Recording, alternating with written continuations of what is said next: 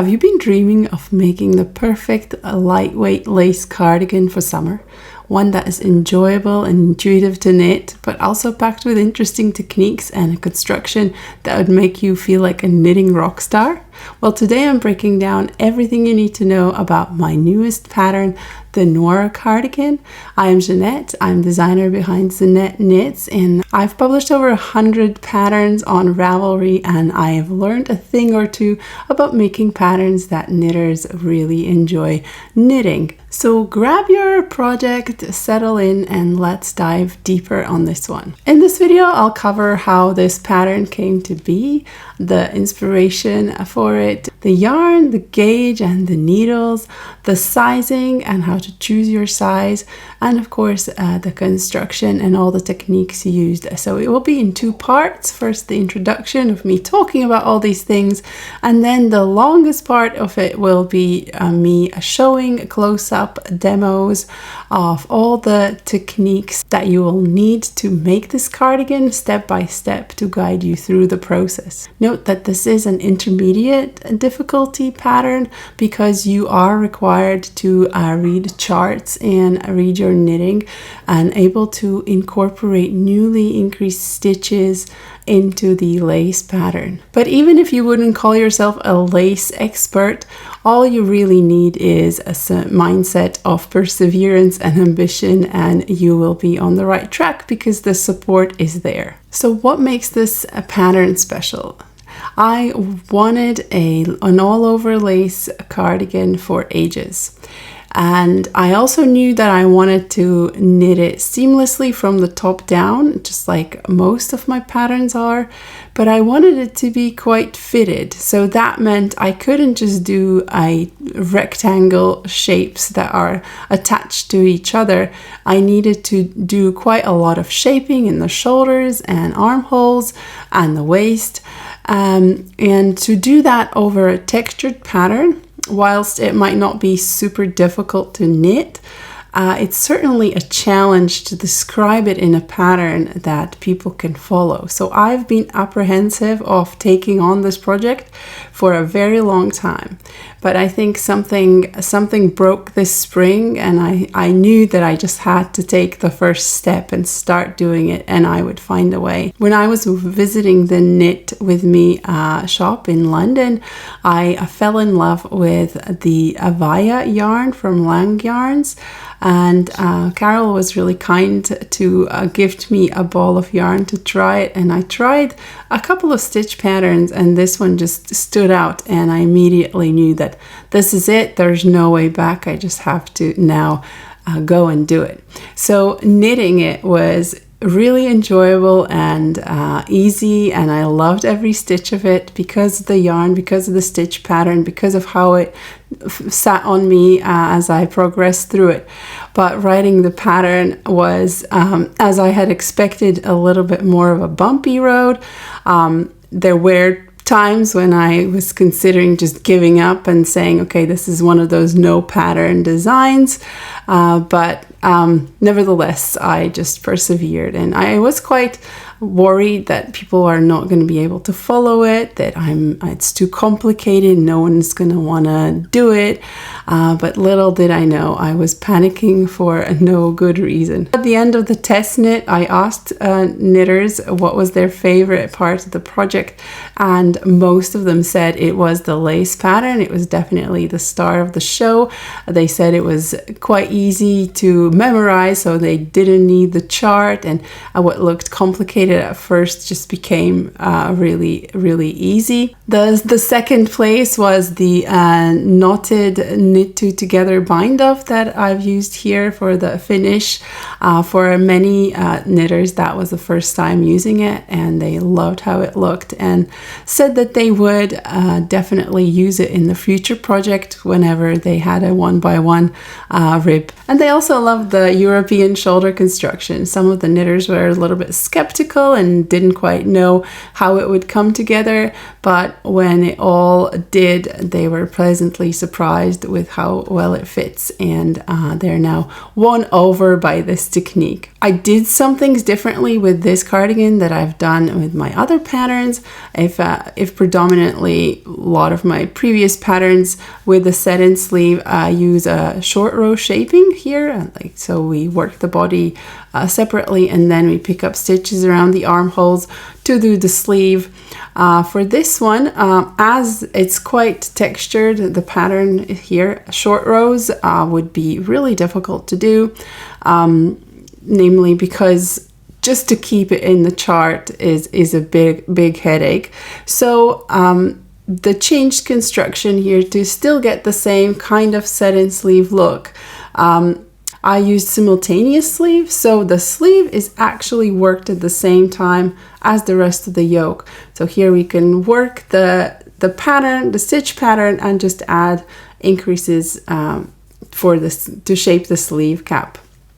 So it feels like a little bit like knitting a raglan top down seamlessly, except the increases are very differently placed. And I am really happy with how it turned out.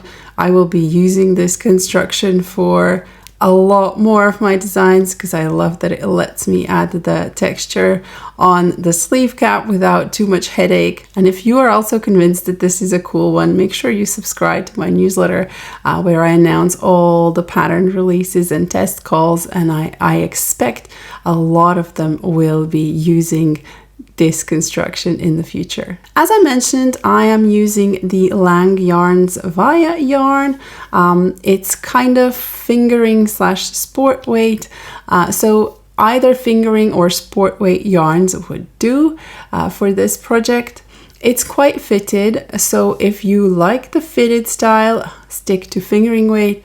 If you like a little bit more comfortable, then using a sport weight would get you that easier. The stocking equivalent gauge is 24 stitches times 32 rows, but of course the gauge is measured on the lace pattern, and then we just need to find the chart, do a swatch using the chart, and make sure that each pattern repeat, which is 12 stitches by 16 rows, is 5 by 5 centimeters. That is 2 by 2 stitches worked flat on the larger needles.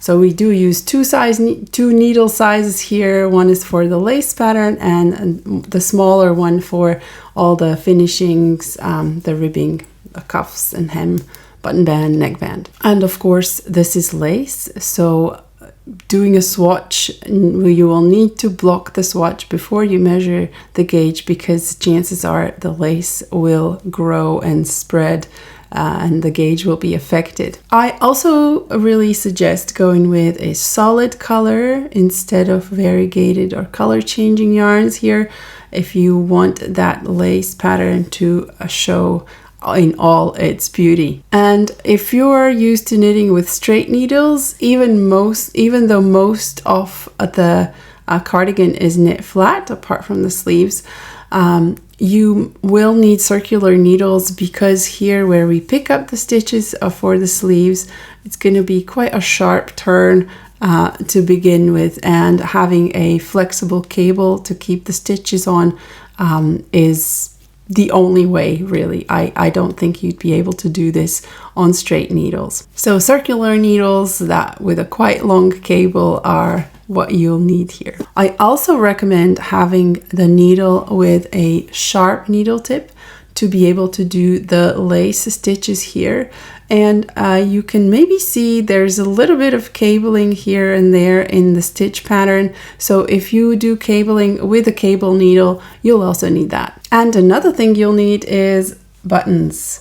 The pattern is written for many small buttons because the buttonhole method that's used here just supports small buttons. It's the yarn over method. But if you're confident that you could replace the buttonhole method with one row buttonhole or whatever other buttonhole you like that's suitable for larger buttons, then by all means you could substitute the small buttons with the larger buttons as well. The pattern comes in 9 sizes, and the size 1, the smallest size, the finished chest circumference is 85 centimeters or 34 inches. And for the largest one, we've got 165 centimeters, which is 66 inches, and it's recommended to wear with an ease of 0 to 10 centimeters, and that's 0 to 4 inches.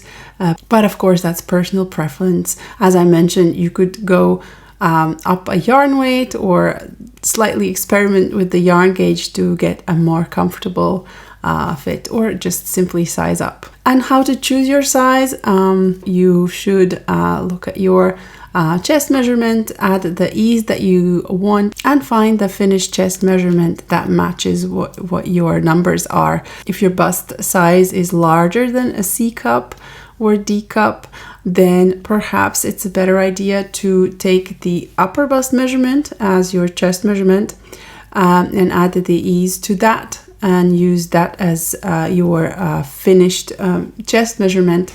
Then it will lay nicer on your shoulders. It won't be too big on your shoulders, because this is a quite fitted sleeve. So if the shoulder seam falls too far down, it's not going to look so great. I already mentioned that this is a top down and a seamless construction.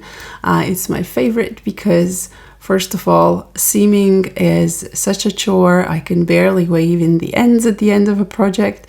Means I wouldn't finish anything. And secondly, I love the fact that I can just try it on as I go and see what I need adjusting. In this case, in this project, I did miscalculate how deep the armholes should go, and when I was ready to split according to the pattern, I had only reached here, and if I had knit the body, the back and front separately, I wouldn't have caught that, I don't think.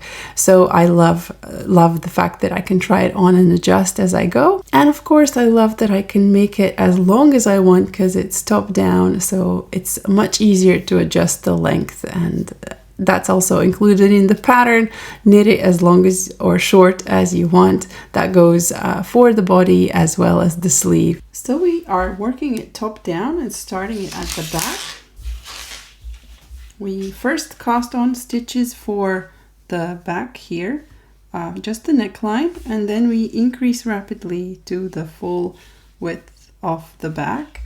And I'm using lifted increases, twisted lifted increases, but you are of course welcome to use whichever increase method you are comfortable with, as long as you keep the lean direction of that increase consistent to what is in the pattern. And once we get to the back, full width of the back, we stop the back and we put stitches on hold, and we then pay attention to the fronts. We first start with knitting the right front. We pick up stitches here along that back edge and work it down to similar height that we worked for the back.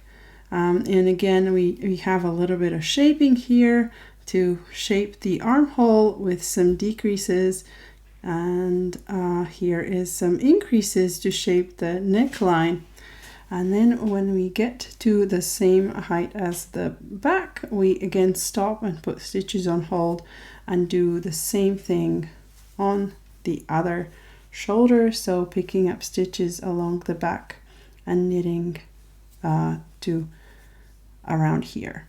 And that's when we join everything in one piece. We knit across the left front. We pick up stitches here for the sleeves along the edge of the left front, join it to the back, knit along the back, and pick up the stitches for the sleeve again here on the other side.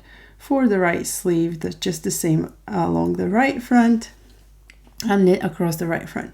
And from then on, we just continue the yoke in one piece. So for the body, there are fewer increases, but for the sleeve, we continue increasing because we are shaping the sleeve cap. Once the yoke is complete, we separate the sleeves and the body, and we cast on some stitches at the underarm. By placing the sleeve stitches on hold, we cast on and join the front and the back. And here you can see a fake seam is done with a purl stitch that runs throughout the body, and that is to separate the patterning from the front to back so that we can add waist shaping as well, but also keep the stitch pattern sections independent of each other. The stitch pattern repeat does not dictate the width of the cast on, so we are flexible to leave it to match our measurement. And you can also see I have chosen to do the waist shaping because there are a few decreases that I've made along the way. The waist shaping is there for 3 different lengths from the underbust to your waist, so you can choose the range in which your body fits to follow the instruction for your specific situation. Or you can also choose to just work the body straight without any shaping. There is a note on what to do if you want to lengthen the cardigan and you need to accommodate your hips. Then instead of decreases, you'll start adding the increases back in at the very similar cadence as you did the decreases, but that's all described in the pattern. And the finishing is a twisted 1x1 rib and bound off using this decorative knotted knit two together bind off. The sleeves are the only thing that's worked in the round here. We pick up the stitches that were left on hold and also pick up some stitches here along the underarm cast on. And just like for the body, there's also a fake seam here that is guiding the tapering decreases for the sleeve all the way down to the cuff. And finally, we add the neckband by picking up stitches along the back cast on and the front edges and work the twisted ribbing flat to our desired length. And then we're ready to add the button band. The pattern is written so that the right button band sits on top of the left one. So that means the right button band is the one with the buttonholes and the left button band has the buttons on. But you could easily swap that around. And because we're using quite a lot of buttons, and if you wanted the placement of the buttons to be precise, there's just one thing that you should be aware. Placing the button on the widest part of your chest is recommended because then that will stop it from showing a gaping hole in that area. And then the rest you can space evenly throughout.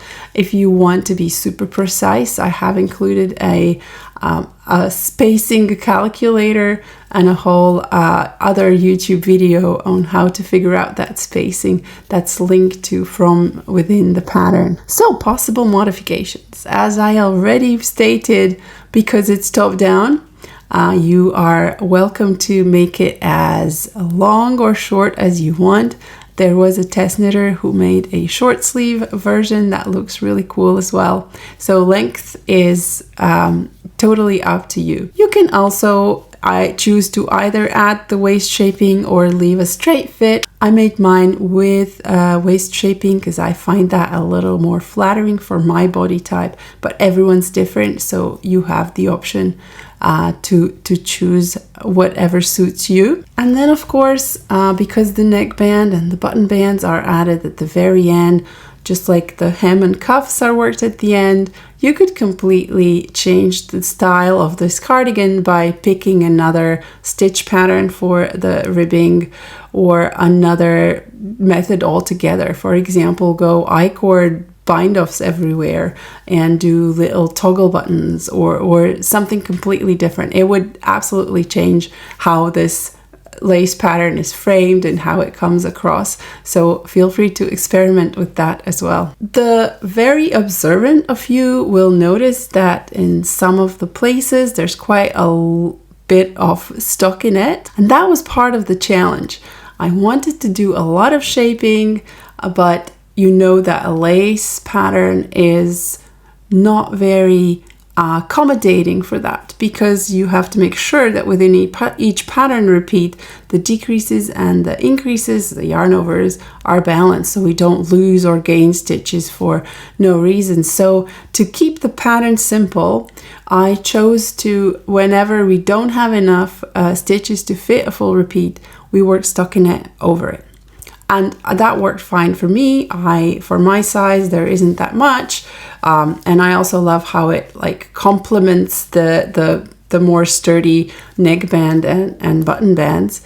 But if that's something that is bothering you and you actually feel confident with lace and you master it, and you understand that if you have an increase, then you need a decrease to keep the stitch count the same, by all means, feel free to ignore the pattern suggestion to work stockinette over it and replace that with an adjusted partial lace repeat that you have sort of fudged to make sure you don't lose or gain stitches.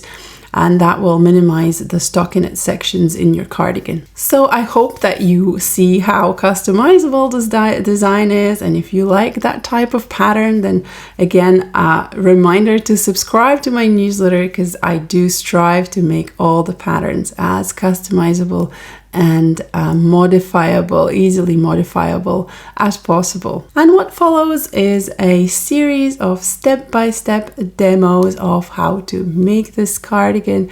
I will probably repeat a few of the important things that I already mentioned, but that will be on the close-up and as you're doing it. So if you do want to knit along with me, make sure you get the pattern. The link is in the description box below. And get all the materials, that is yarn and needles and buttons, if you can find them before you've made the cardigan, which is always a challenge. And don't forget that if you are making it and you do share your work on social media, please tag me, as I'd love to see your color choice and what, if any, modifications you applied to the pattern. Look forward to seeing your projects, and I'll see you in the next one. So here's a quick overview of how to read the chart. It's a fairly simple lace chart that has the lace knitting parts only on the right side rows, and on the wrong side rows we simply purl all stitches if we're working flat. If we're working in the round, we'll be knitting them. So this chart only shows you the odd number rows, so 1, 3, 5, 7. So when you start working it for the first time, you'll be reading it from right to left as it starts on the right side row, and then there are no wrong side rows in this version of the chart, but there's also a version of the chart that has the wrong side rows. If you follow that, then when you're on the wrong side, you will be reading it from the left to right. But as I said before, we simply purl all stitches, so you don't even need to consider the chart. You will need to know the yarn overs, the SSK decrease and knit two together decrease. That make up the majority of the motif. And then there are a couple of cables. So there is a 2x2 left leaning cable that's in the middle of the motif. And then on the very last right side row of the pattern repeat, there's also a 2x2 right leaning cable that is crossing two pattern repeats, which is why there are no stitches here, and assuming those are borrowed by the previous repeat to do the cable. So if you're here and you don't have two stitches to borrow from the previous repeat, then you can't really work a full cable. In that case, you simply knit these two stitches and then knit another 8 to get to the next cable. As I said, when you start following the chart in any section, you'll start with row 1, but the pattern doesn't keep telling you which row to work. You'll have to keep track, and it assumes that as soon as you work one row, and the next row of the project, you follow the next row, and then the next row, and then the next row, until you get to row 15, and 16 is another wrong side row that's not visible, and we restart from row 1. So that this just gets repeated over and over again as many times as fits. And similar case with the stitches. And in this pattern, you will see a lot of sections specify a starting stitch, meaning that you'll have to start, for example, with stitch 3 or 5, and then those initial repeats of that section will be partial. And then after the starting stitch only applies to the first repeat. So if you start on stitch number 3, you'll work all the way to stitch 12 and restart from stitch number 1. From then on, we work full repeats as many times as it fits, and chances are that if you started on a partial repeat, the section will also end on a partial repeat. So don't be surprised that you don't have enough stitches to finish a complete repeat. I will also repeat myself later on in the video series that, and it also specifies that in the pattern, that if you do not have enough stitches to complete a half repeat, then you shouldn't follow the chart. You should simply knit all those stitches, meaning that if you start on stitch number 4, you will do 1 yarn over and 1 decrease and another decrease, but for this other decrease there wasn't a corresponding yarn over, which means we are losing stitches here. So the lace pattern is balanced in each half separately, which is why we don't need to wait until we have enough stitches to work a full repeat. We can start following the chart when we have enough stitches for a half repeat. So that will be demoed later on, also with hands-on close-up as I work through the project. And it becomes quite intuitive really quickly, because as you can see, the first 3 right side rows are repeats of each other. You just have to repeat the pattern 3 times. Then we have a cable row, and then the 3 rows after that are also pretty much the same as the first 3, except they are offset by 6 stitches. So we do exactly the same, just 6 stitches later. And there's also a cable. The cable's always sitting on top of these decreases, as you can see. And that's all there is to the chart. If you don't really like charts, there's also a written description listing all these symbols and things to work in. The fun starts on the back of after the cast on and setup row. Once you work the first 4 stitches and where we need to do our first increase. You can of course work whichever increase you're used to, as long as the first increase that you work is a left leaning one. And my suggestion is to work the lifted twisted increase. So we take a stitch from row below and we knit through the front loop so that it appears twisted to avoid a hole forming. But as I said, you can work whichever left-leaning increase method that produces a knit stitch that you prefer. And we'll do a right-leaning one, a symmetrical 4 stitches away from the end of the row when we get there.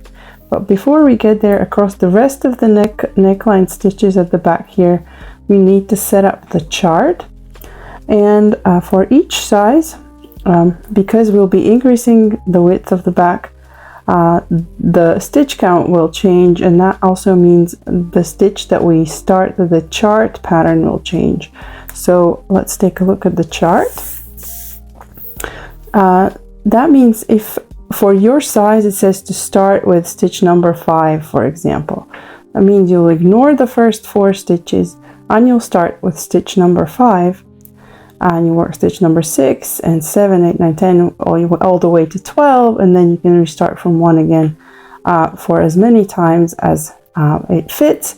And chances are that if you started on with an impartial repeat, with a partial repeat, you will also not have enough stitches to finish a complete repeat. As I said, the stitch count will be changing because we'll be adding new stitches.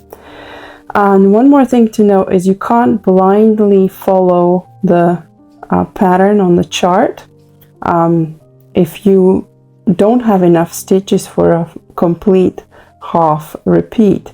And by that I mean, for a lace pattern to work, the increases, such as the yarn overs, and the decreases, like the knit two together and SSK, they need to be balanced. We can't be losing stitches. So if I just started with stitch number 5, which says SSK, and then another SSK, but I only know that I have 2 stitches for this whole repeat, I will be missing 2 stitches later on. So that's why near the chart you'll find a note that says if you do not have enough stitches for a complete half repeat, because that's where the balance is. So we have 2 yarn overs here and 2 decreases, and on the other half again 2 yarn overs and 2 decreases. We cannot do that part of the repeat. We need to ignore what the chart says and work them as stockinette, so knit on the right side, purl on the wrong side. And for that, as the stitch count will grow, we'll need to make sure that every next row we incorporate the newly increased stitches into the chart.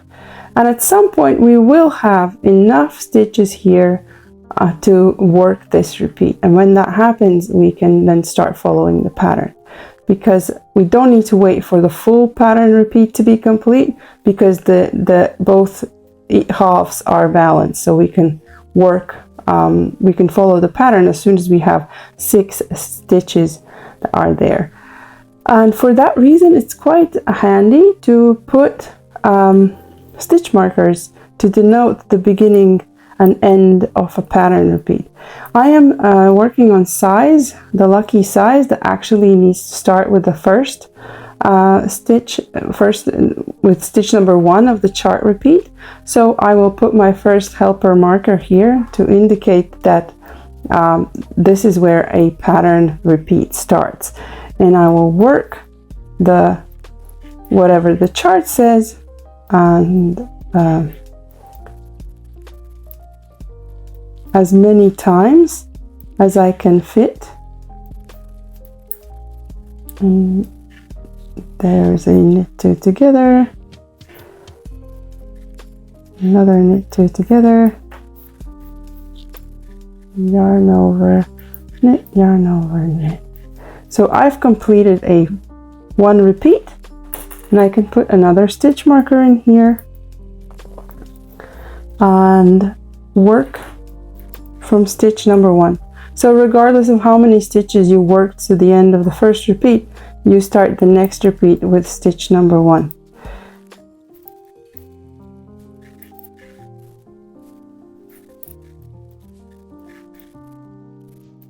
Just gonna make sure I didn't make a mistake here. Yeah.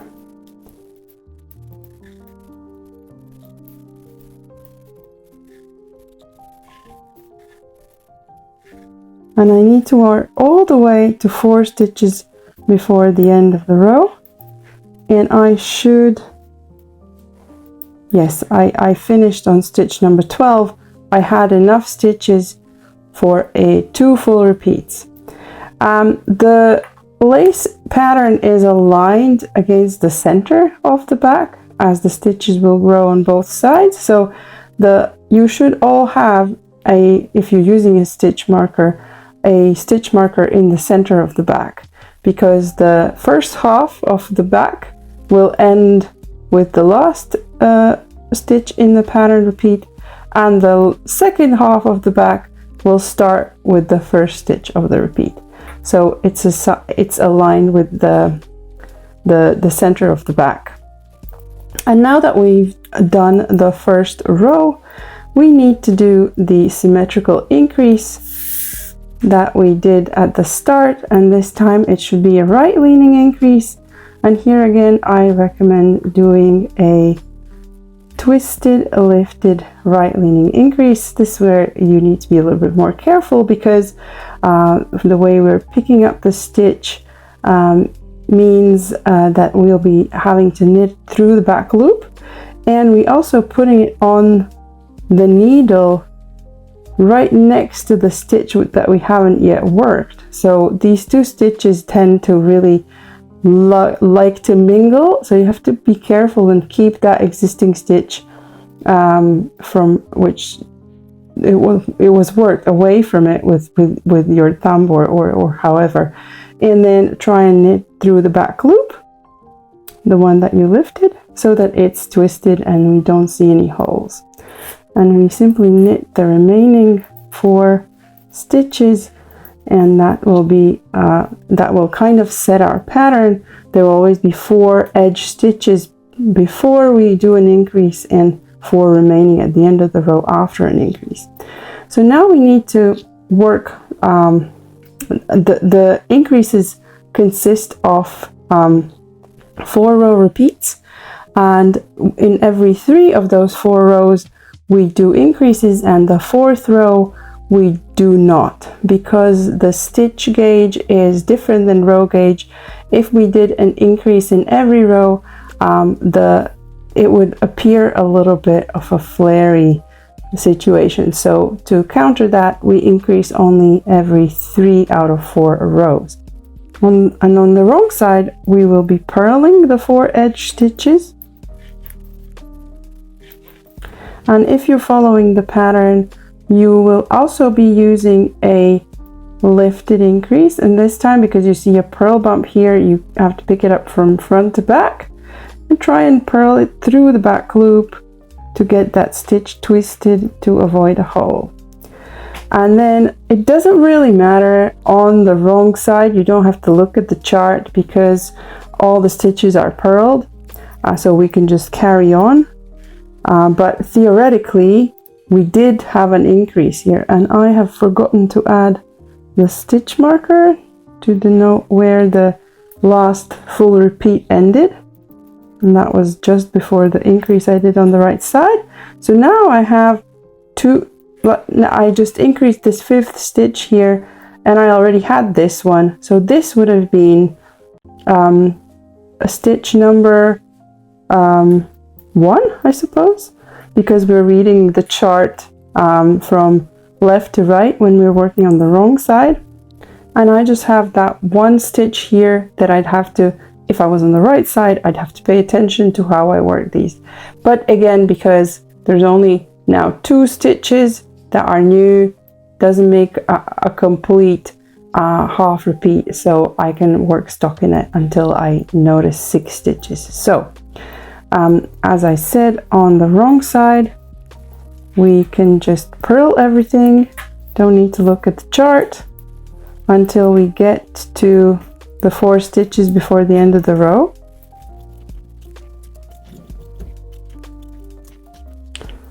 And now when I'm 4 stitches before the end of the row, I need to do the symmetrical right leaning purl increase, again picking up the purl bump from row below, from front to back, placing it on the needle, and this time I need to purl it through the front loop to get it twisted, and I carry on with the last 4 purl stitches to create that stockinette edge.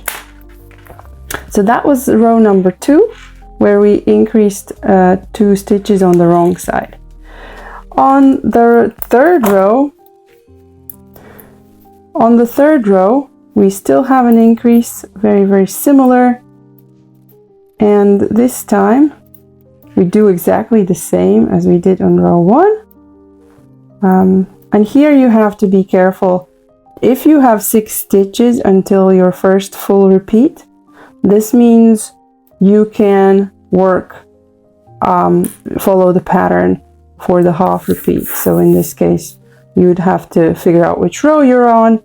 From the beginning, it will be easy because row 1 is also row 1 on the chart. So row 3 is row 3 on the chart, etc. So they will match until you get to the last, and then they will restart. but it's a quite an intuitive pattern. It will be difficult to get lost in it because you can always count these little yarn overs. And so as soon as you see 6 stitches, you know that it's time for you to start checking what you need to do here in the pattern. And again, we work all the way across these lace stitches all the way to 4 stitches before the end, and make the right leaning increase, and then follows the wrong side row where we don't do any increases. And we repeat these 4 rows as many times as specified in the pattern for your size. And after that, we'll be placing the stitches on hold and starting the front. One thing to note is the same goes like we said for don't bother following the chart when you don't have enough stitches for a complete repeat. If you do, you can see these cables here, they are between, they are mingling stitches from the 2 neighboring half repeats. So you kind of have to have all 4 of these stitches present to do the cable. And sometimes you will just end up in a situation where you only have 2 stitches of a cable, and obviously you can't work the cable, and that's another situation where you ignore the chart and work these as stockinette. So just knit them. And the same in row 15. If you don't have these stitches, or you don't have these stitches, then you can't work that cable, and simply knit the stitches. Very soon into the project, you will encounter cabling. So if you haven't done much cabling in a lace pattern before, it's no different than cabling in any other pattern. If you're new to cables, here is my quick video of how to do that without a cable needle. So in the chart, I've got a 2x2 left leaning cable. That means these 2 stitches need to be leaning over these 2 stitches on the left here in the left direction. So that means the stitches that I've got, the 3rd and 4th need to be coming under, and I need to work them first to give space for these ones. So I'll slide them all off after I'll do that again. So let's get them all in their initial position. So here I have these 4 stitches I'm about to cable. I'll take my right hand needle and insert it behind the 3rd and 4th stitch, so that, because I'll be working these first, slide all of them off the needle. If you've got very slippery yarn, you have to bunch them up below the stitches like so with the thumbs, so there's no stretching or moving. And then it's very easy to, with your needle tip, to put the 1st and 2nd on your back on your left hand needle and lean it over the 3rd and 4th, and then transfer these 2 back to the left hand needle so they can be worked. And by worked, I mean simply knit across all 4 of them. And here is the 2x2 left leaning cable without a cable needle. And in this pattern, there's also a right leaning 2x2 cable where 2 stitches are leaning over other 2 stitches on the right. So that means the 3rd and 4th will now come across the front. And let me just show you all of that without this pattern repeat marker to understand the concept. So we have to bring the 3rd and 4th across the front, so that's why we're putting the right hand needle through the front, again sliding all 4 off the needles and keeping them bunched up so they don't travel anywhere. I'm actually using all the free fingers that I've got because this is very slippery yarn. And then I can pick up the 1st and 2nd over the back there, across the back, and lean the 3rd and 4th, and again transfer to the left hand needle and knit across.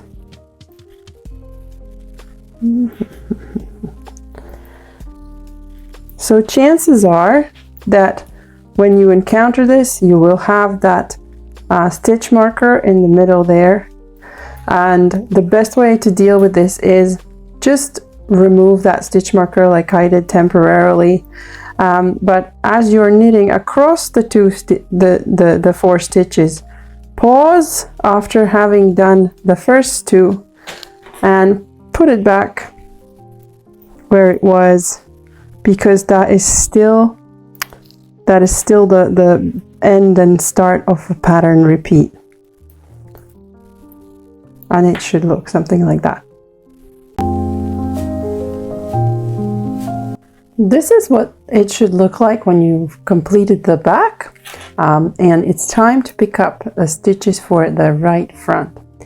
To find the right front, because it's worked top down, we need to turn the back over, so that will be the top, and so this means that's the right side. And the pattern says you might have left your stitches on the cable, which as I have done, or you might have transferred them to a stitch holder, whichever is easier for you. I find it easier to leave it on on the cable, because then there's less transferring to do, and because I already know what the construction is, I am quite confident that I won't get confused, but it's probably a lot more straightforward to transfer them onto a holder. We have to find the armhole edge, and that will be this one, further away from the neck edge, so that's the armhole edge, neck edge, and we will be picking up 1 stitch for every row. There should be 42 to 46 or 50 rows depending on which size you worked, and picking up 1 stitch for every row will get you the same stitch count. And then as the pattern says, we pick up in the strand between the selvage stitch, the very end stitch, and the second stitch column. So we have to find that strand that's in between there, and we pick up and join our yarn and knit that stitch. So the first one is a bit trickier, but then you kind of get into the groove. And we don't skip anything. We also don't jump across these lanes. We stay in the lane that we identified between that selvage stitch and the rest of the fabric. And it should look very, very neat and put together, because we're not skipping any rows. And we're not skipping any rows because that creates a little bit of a ragged look that I personally don't like. If we pick up for every row, then it's much neater. But we are also creating a problem because the stitch gauge does not match the row gauge. So we'll have to adjust the stitch count on the next row. And in your pattern, there is an instruction for the setup row, which includes the decreases that will reduce your stitch count of the picked up stitches to match what it was here for the shoulder portion. Yeah, it will be about one quarter less than what you originally pick up. And after we've done that adjustment row, we'll set up the lace pattern for the sleeve. After the pickup and setup rows are done, the front shoulder should look something like that, and we are ready to set the lace pattern for the front shoulder. And as per the back, we also will start with an edge that is 4 stitches wide. So the first 4 stitches are simply knit on the right side and purled on the wrong side. And then we have to check the pattern to find which chart stitch we start with, because it's specifically calculated so that once we do the shoulder shaping and add the neckline stitches, the pattern will align nicely. So it is going to be slightly different than what we started the back, because the shoulder shaping section will displace that position. So For each size, there's again a different starting stitch. For mine, it happens to be stitch number 2. And as we remember, we start again from chart row 1. As we remember, if there isn't enough stitches to work a whole full half repeat, then we just work stockinette across those stitches. So again, I need to do 1, 2, 3, 4, 5 stitches in stockinette.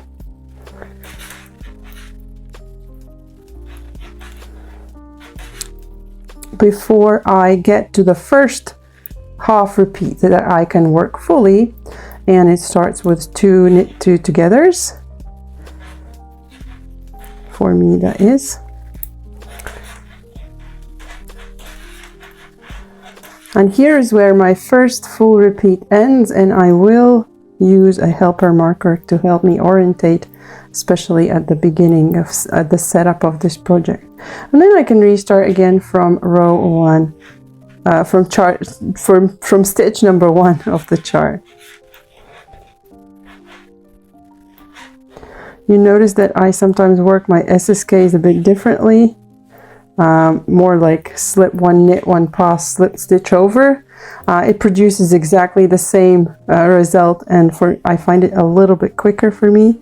But SSK is probably the more common decrease that's used, so they're interchangeable. I digress.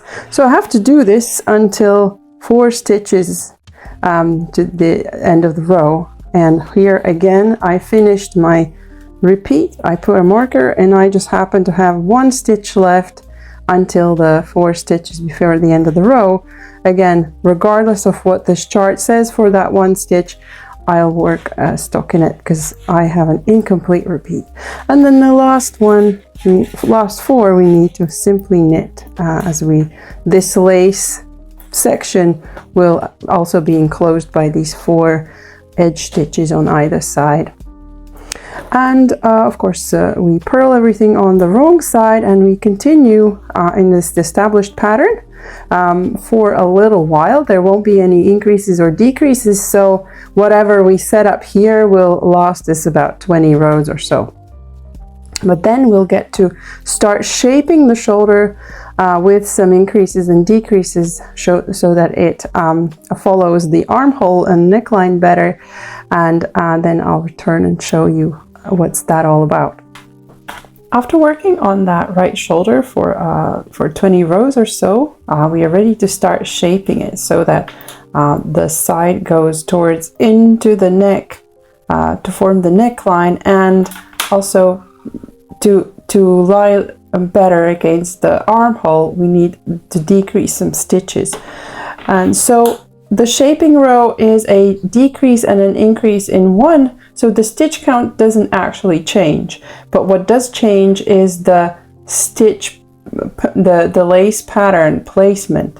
So we can't just continue starting with the same stitch, because that will throw it out of order. And the pattern says on the shaping row to knit 3, and then we use the 4th edge stitch to decrease one of the stitches that used to be in the lace pattern. And it's not very obvious here for my size, because if you remember correctly, I started with the 2nd stitch of the pattern repeat, meaning I had 5 stockinette things to work, because I had an incomplete repeat. But now, because I'm decreasing 1, the starting stitch will also switch, and as I have now less stitches available, I'll start with 1 stitch later. So for me, the pattern also specifies which stitch you start with after the SSK, and for me that is logically stitch number 3. For you it should be 1 stitch bigger than what you had previously.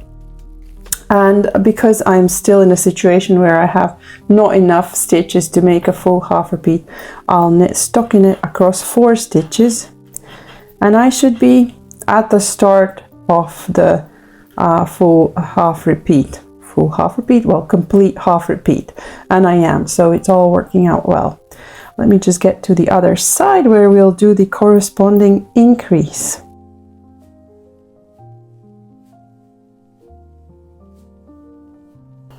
I have worked 4 stitches to the end of the row where the pattern says I should be doing and the lace pattern on this side hasn't changed yet because we haven't worked the increase yet. So we end with the same stitch as we did before, but only just for this row. Now we're going to do a right leaning increase. So in the case of those who follow the pattern, it will be a twisted, lifted, right leaning increase, just like we did for the back. And we finish up with the 4 stitches, edge stitches. So as you can see, next time we work a right side row, well, the shaping row is 1 of every 4. So there will be a number of 4 row sections that we repeat until we are done with the right front shoulder. So the next right side row will be a plain row without increases and decreases. We just need to remember that the starting stitch shifted by 1. So in my case, I previously started with stitch number 2, and now I'm starting with stitch number 3. And that starting stitch will keep switching with after every decrease. The same with the ending stitch. On the next right side row, the ending stitch will be 1 bigger than it was before because we have now more stitches on that side. And eventually I might be able to even do a half repeat because I'll have 6 stitches. We'll see how many times I have to repeat that, but it will be different for each size. So that's basically it. That's the only thing to be careful about. And the next step after finishing those shapings will be to do exactly the same on the left front shoulder, except this time we'll start with picking up here at the neck edge all the way down to where the armhole is, and pretty much do exactly the same thing as we did there, being careful, making sure we find the correct stitch of the pattern repeat to begin with. And when it comes time to shape it, we'll be working the opposite. We'll start with an increase because we need to increase stitches in this direction, and we'll have a decrease on the armhole side to make that curve around the arm. So the starting stitches will be switching backwards. So if we started with stitch number 5, the next time we'll start with stitch number 4 after we've done that increase. And then we'll join everything in one piece and pick up stitches for the sleeves. Once we've completed both fronts, we can place all the pieces on one cable, on one circular needle, because we'll be working all of it in one piece. So we should start with the left front, then we'll pick up stitches here along the shoulder for the sleeve, and we'll move on to the back, pick up stitches for the right sleeve along here, and finish with the right front. And so the pattern says to knit the first 4 stitches and then do an increase, a lifted, twisted, lifted, left leaning increase. That is to shape the neckline. We'll be adding stitches to close off the neck. And then it says to start following the chart again from here. And this is probably the last time where the pattern specifically tells you which chart stitch to start with. For the rest of the yoke, you'll have to be careful and look at where your pattern repeats start and end, and read your knitting and incorporate the newly created stitches into the lace pattern. But just to make sure that everyone's on track, on the pickup row, it does tell you which starting stitch to begin with. And for me, that's stitch number 7. So if I count to the end of the repeat, 7, 8, 9, 10, 11, 12, yes, I encounter the marker, which means I'm on track. So I will just, and it tells you to knit all the way to 4 stitches before the end of the row, like we did. So we'll continue working the edge here along the last 3 stitches for the front, The fourth we will be decreasing on the next row because it's the edge stitch from which we pick up the sleeve stitches, so it doesn't have a place in the yoke fabric. And we'll also continuing working the edge here in stockinette across the three stitches after we'll decrease this last edge stitch on the next row from the back. So let me get to 4 stitches before the end of the left front.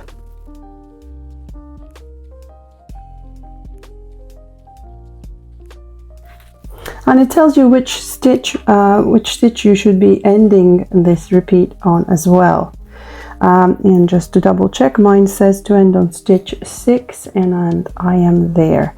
Then we work stockinette across the 3 stitches, and we place a marker for sleeve that should look visibly different from the markers that you might have used to denote the chart repeat start and end, because that will have its own place. And then we knit the last stitch, the last edge stitch, which, as I said, will decrease on the next row in the adjustment row. Now it's time to pick up stitches for the sleeve, and for each size it tells you exactly how many to pick up. It should correspond with the number of rows you worked here from the top, and we need to find the edge stitch and pick up between the edge stitch and the second stitch column. So as we worked in this direction, the stitches are lying in that direction. So I can see the first one is here, the second, and so I should be seeing a whole stitch that ends with a stitch on the needle, with a loop on the needle. And I will be picking up 1 stitch for every row, so always going in to the same lane, picking up and knitting all the way to the top, being careful not to skip any, or not to pick up a strand from another lane, so to speak. And when I get to, you can every once in a while check your work to make sure you can fully see that stitch column. That was the second stitch column on the needle here. When I get all the way to the top, we'll return and see how we then incorporate set up the back. And here I have picked up all the stitches for the sleeve, where we'll reduce the stitch count in the next row to adjust for the stitch and row gauge difference. And we are ready to start the back stitches. We knit 1 more stitch and then place another sleeve marker, again a different looking marker than the ones used for pattern repeat delineation. And we work 3 stitches in stockinette. We'll be continuing this stockinette edging detail across the side of the sleeve, and we begin the lace pattern. Again, the pattern will tell you which stitch to start with for the last time, just to make sure we're on track. And I am starting again with stitch number 7 for my size, and also the row that we working of the chart should be the same that we worked on the front, because we should have worked exactly the same number of rows in front and back before we joined them. And it happens to be the case for me, but sometimes if you might not have been careful and worked more rows for the front than the back, then all you have to do is just be careful to remember that for the front you're working a different chart row than for the back. And for a while that will work okay, but at some point when you join everything, when you join the front and the back, there'll still be a fake seam at the sides that will also provide a break in the pattern. It'll just be a little bit more tedious to follow this along. And when we go all the way to the last 4 stitches here, again we'll work 3 stitches in stockinette, place a marker, knit that last stitch and pick up and do exactly the same all the way to the end of the right front, where we'll do a symmetrical increase for the neck. Once I've done all that, I'll return and we'll see how we adjust the stitch count for the sleeves in order to start the yoke sections. After completing the pickup of the sleeve stitches, our project should look something like that. It should be all in one piece. And I have already started part of the adjustment row in that I have, where is my thread?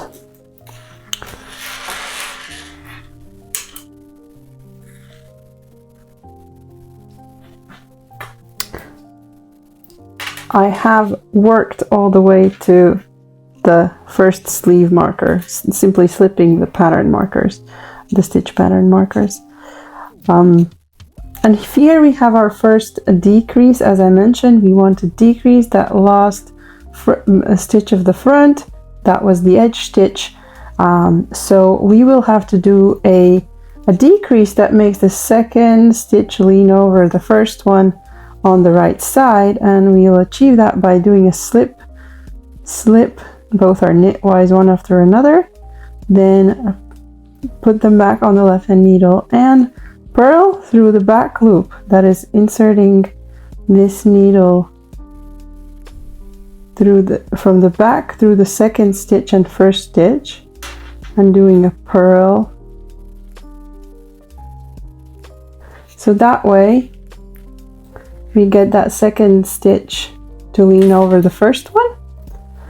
And the rest of the instructions to 2 stitches before, or depending on how it's written, but basically we'll do a purl 2 together here at the end to get the second this second 2 marker stitch lean over that one. So we'll do a symmetrical opposite decrease there. But as we work across these stitches, we need to reduce the stitch count for about to be about 3/4 of what it currently is, because that is the row gauge and stitch gauge proportional difference. So we will be following a pattern that's size specific in the instruction. For my size, I need to purl 2 and purl 2 together all the way to the end. So we also want to have an even number of stitches for the sleeve, which is why for some sizes the decreases are slightly different, with a different cadence to begin with, but roughly all sizes have 1/4 of stitches for the sleeve decreased.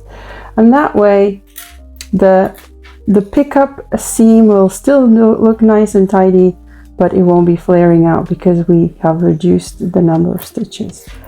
And we do the same across the back, simply purl and then the same decreases for the other sleeve, and we're ready to start the yoke. After the adjustment round, we are ready to start the yoke. The yoke is separated in multiple sections, and each section is slightly different in where we place the increases. So at the beginning of the yoke, we'll still be working on the neckline increases. We'll be adding stitches until the fronts can be closed. Later down, we'll also start increasing the body here near the sleeve to shape the armhole, and at the same time we'll be increasing the sleeves to get to the upper arm circumference that we need. So for each section there's a summary that tells you where the increases are placed, and for the section A we'll be increasing here near the neckline. We'll skip the body increases for the front, we'll increase on either side of the sleeves, and will not increase anywhere at the back. So just the sleeves and the neck. And they will follow the same sort of concept as we've done before. So for the neckline, we will be knitting 4 stitches and doing a twisted, lifted, left leaning increase on the left front and a right leaning increase here at the right front. We'll follow the chart, making sure we incorporate the stitches that we increased in the previous rows into the lace pattern. I do have a new stitch, but because it's just a single stitch without the other 5 that are necessary for a complete half repeat, I simply work stockinette. But the rest of them I can follow a chart.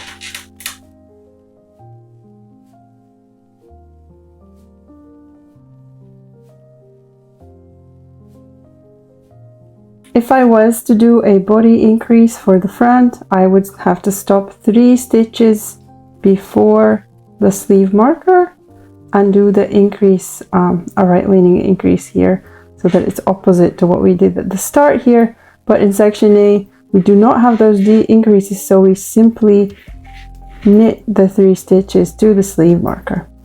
We start the sleeve by doing an increase in this section. So it will be, you have to go to pick up a stitch from row below that happens to be behind the marker. So it's a little bit more fiddly, but if you're using an alternative increase method, then that shouldn't be a problem for you.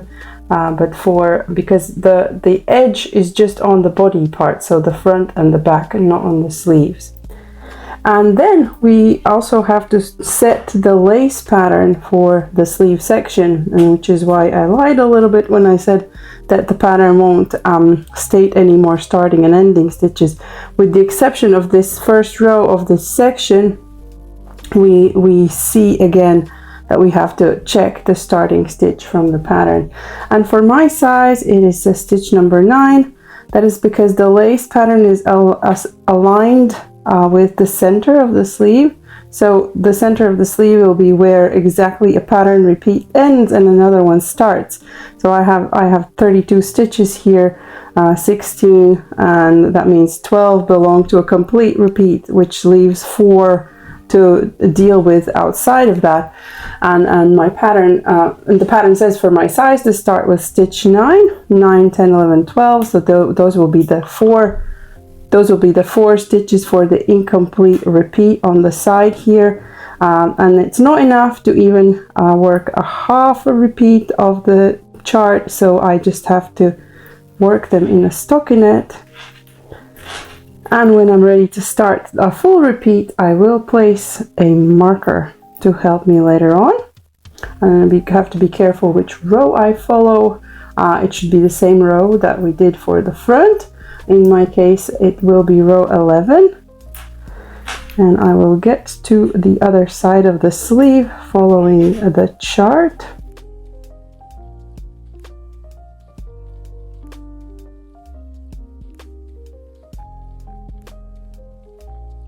And just like at the start of the sleeve, I have these 4 stitches remaining of the next pattern repeat, which isn't enough to follow the chart. So I'll knit them, and I get to the sleeve marker where I need to do a corresponding increase, a right leaning twisted lifted increase. And again, we pick up a stitch from row below that happens to be behind the marker, and then we slip that marker, work 3 stitches, and then follow the chart across the back. And when we get to the other sleeve, we do exactly the same. And we repeat this. Of course, next time when we work the sleeve, we will have 1 more stitch here at the start and at the end, which we have to then incorporate in the chart. And the same with the fronts as we are increasing the neckline. So we have to carefully follow the stitch count here. And as soon as we have enough to start following the chart, half repeat, we should do that. When you get to section C, or for some sizes it's section D, where it says that in the section you will finish the neckline by casting on the remaining stitches. So that means the increase part of the neckline is done, and what remains is to close the front to get to the full width of the front neckline. We're going to be casting on a few stitches here. And the number of stitches cast on depends on your size, so that's specified in the pattern. And the first it will happen on the right side row for the right side, and on the wrong side row for the left side. So as we start from the left side, we worked at the whole row already with increases wherever it's specified for your size. For some sizes you will already have reached the body increases. For some sizes you will still be on the sleeve increases, which is why it's in different sections for the different sizes, but essentially it's the same concept for both. So once you work the first right side row, you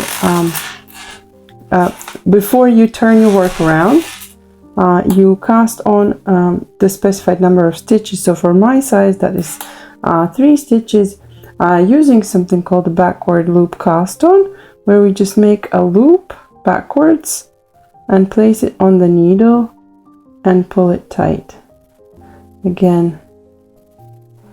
And now I have these 3 new stitches, which I will be incorporating into the lace pattern. So we'll have our 4 edge stitches, which will now start from the ones that I just cast on. Depending on your size, you might need to borrow more stitches from the existing stitches, or your whole edge will sit across the newly cast on stitches. But now you'll see that a lot more stitches from the previous edge are available to be incorporated in the lace pattern. And the same will be true on the other side. Once we're done working the wrong side row, we'll cast on the same number of stitches for the left side, and once we turn it back, we'll work 4 edge stitches and incorporate these that previously were edge stitches into the lace pattern to continue the yoke. After all the sections of the yoke are done, we come to a step where we need to separate the sleeves and continue the body. So that means the stitches for the sleeves that are between these markers will be placed on hold, and instead we'll cast on additional stitches here for the underarm that then together will make the sleeve circumference and also complete the body full chest bust circumference.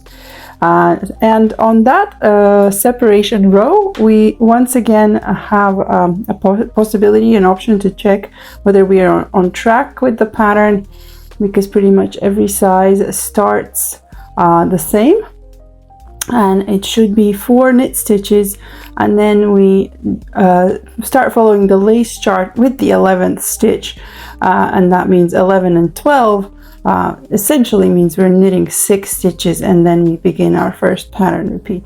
The ending stitch will be different for each size, but what's different for this row is that instead of stopping 3 stitches before the sleeve marker, we actually continue working the lace chart all the way to the sleeve marker, because we no longer need this sleeve separating line here, as we will be continuing the lace pattern all the way to the center of the underarm, and then later on to the back as well. So I will just complete the lace pattern that I have here across these 3 what used to be edge stitches, and it also happens for me that it happens to coincide with a pattern repeat end, and I do not have enough stitches to work a half repeat, so I still need to work 3 stockinette stitches.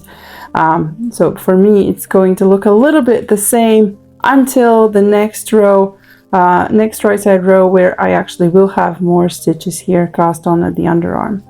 So this is what we do at the separation row. We no longer need the sleeve marker, we can take that away, and instead we'll place these stitches on some holders. If you have stitch holders, I like to use tapestry needle and just some waste yarn, leftover yarn from another project, and I'm also transferring the markers that separate the pattern repeats, because when I pick up these stitches later on to work the sleeve, I'll still continue the lace pattern, and the pattern repeats start and end will be just as important then. So I will keep them on the same holder all the way to the other sleeve marker.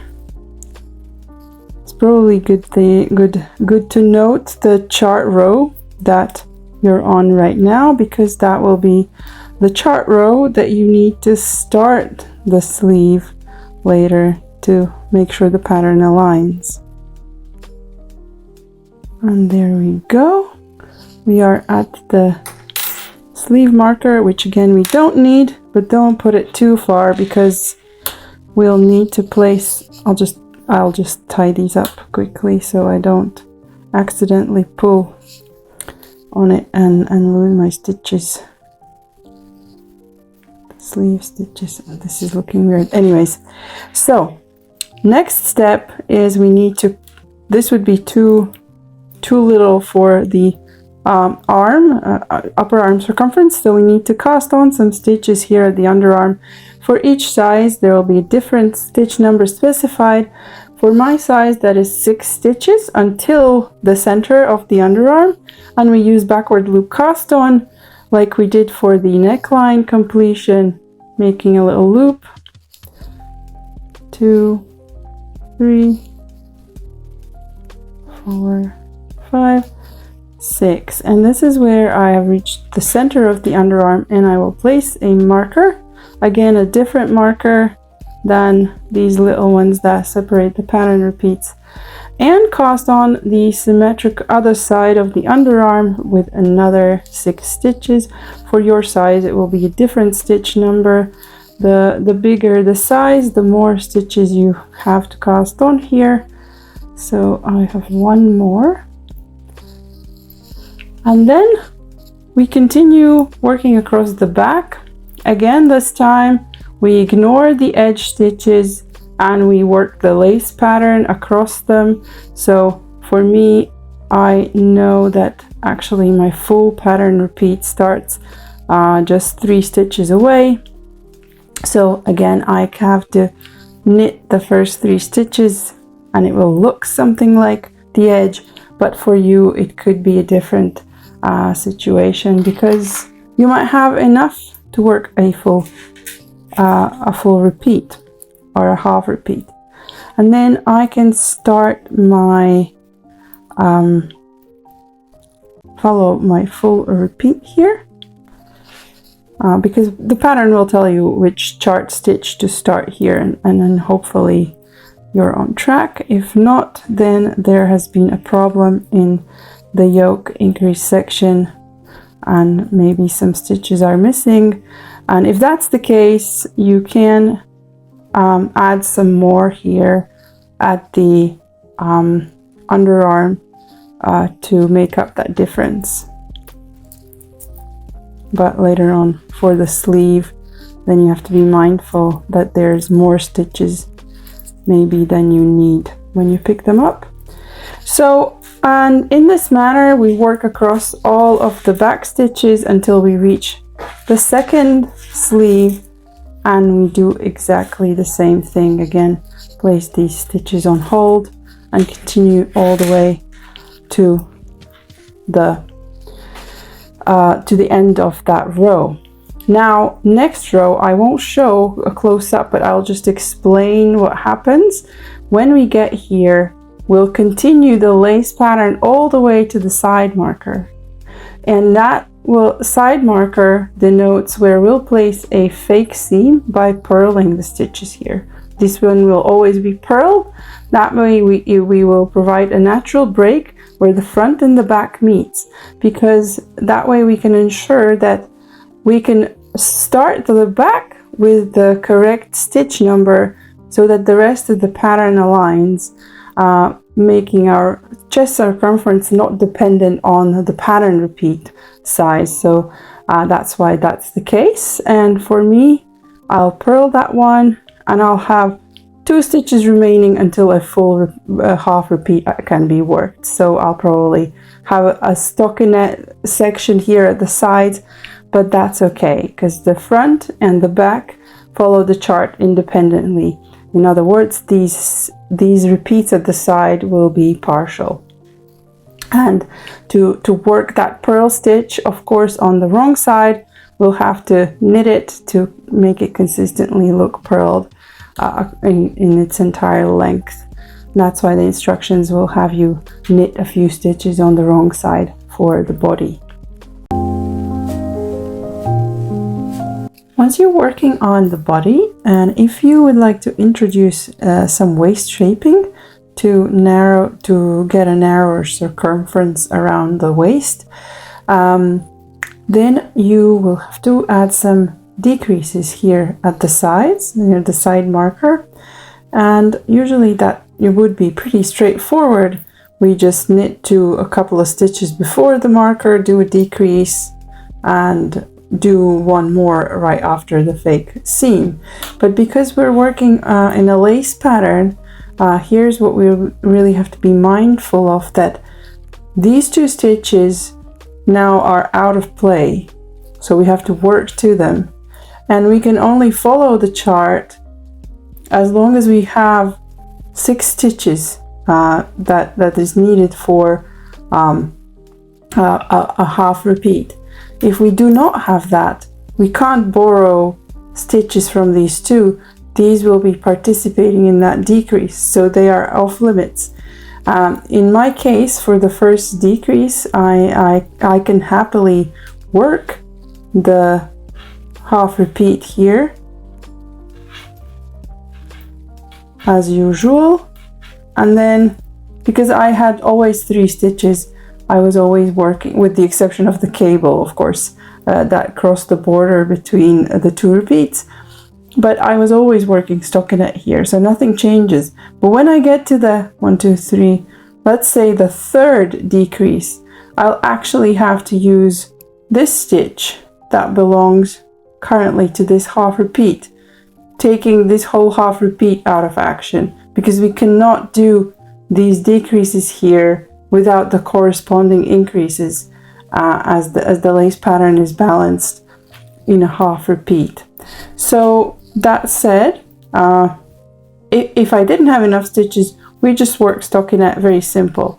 But we work to the stitch marker, the side marker here, and the first decrease that we'll do will be a knit 2 together, and that will hopefully create a 3-stitch column running across the side here, and the stitch that's next to the fake seam will always be there, eating into the lace fabric. So after that knit 2 together, we slip the marker, we purl because we want to continue that purl seam uninterrupted, and the second decrease will be a slip slip knit, which is a symmetrical one, leaning to the left, again eating into that lace pattern, going down towards the waist. And once more, I have to make sure I have 6 stitches to the repeat. In this case I do, and I can follow the chart safely as established. So for me that will be knit 1, yarn over, slip slip knit, etc. And we'll do exactly the same on the other side. And then to determine how often and how many decreases you have to do, you'll try this on, and you'll measure the distance from where you're currently at, adding a little bit of blocking allowance if your yarn is likely to stretch, to your waist, and in that range then you select the option in the pattern that corresponds to your measurement, and you should have a plan of action. Now the cardigan in the pattern schematic is quite short, and I know that's not everybody's style, so if you would like to make it longer, that runs past your bottom of your waist or past your high hip, then you will need to be adding these stitches back in that you decreased. So you can follow the same cadence approximately, there's a note about that in the pattern, and replace the decreases with increases. So going forward, while you're doing the decreases, of course you'll have less stitches for the lace pattern, so you'll have to adjust the starting and ending stitches. And when you if you need to and if you choose to, then after you reach the waist, to add stitches back in for a longer cardigan, again you'll have to incorporate these newly increased stitches into the lace pattern as we did in the yoke. As this is an all over lace pattern, we can afford to have a decorative bind off, a bit of romantic one, and I have used the knotted knit two together bind off. That's really great for 1x1 rib patterns, or anything where you, if you do not work 1x1 rib, you can use a setup round here to arrange the stitches in an order so that you have a knit stitch, a purl stitch, knit stitch, purl stitch. You can of course also use whichever bind off you prefer. For a more minimalist look, you can use the tubular bind off, that would look great as well. But in case you don't mind the decorative element, here is how you'd work the knotted knit two together bind off. So the first stitch we can just knit like we have to, because we need to have one stitch on this right hand needle here. And the purl stitch we will purl and bind off normally by passing that first stitch over the second one. And then the knotted knit two together bit comes here, where we slip the next knit stitch purlwise with the yarn in back, and then we'll put the yarn in front of work, bring it to the front, slide both of these stitches back onto the left hand needle, and move this yarn around to the back again so that we can knit these two together. The next one is a purl stitch. We'll purl that and bind off as we would normally. And then again, we slip the next knit stitch with a yarn in back, purlwise, without changing the orientation. Bring the yarn to front, slide these two stitches back onto the left hand needle, and bring the yarn around so that we can knit them together. And at speed it should look something like that.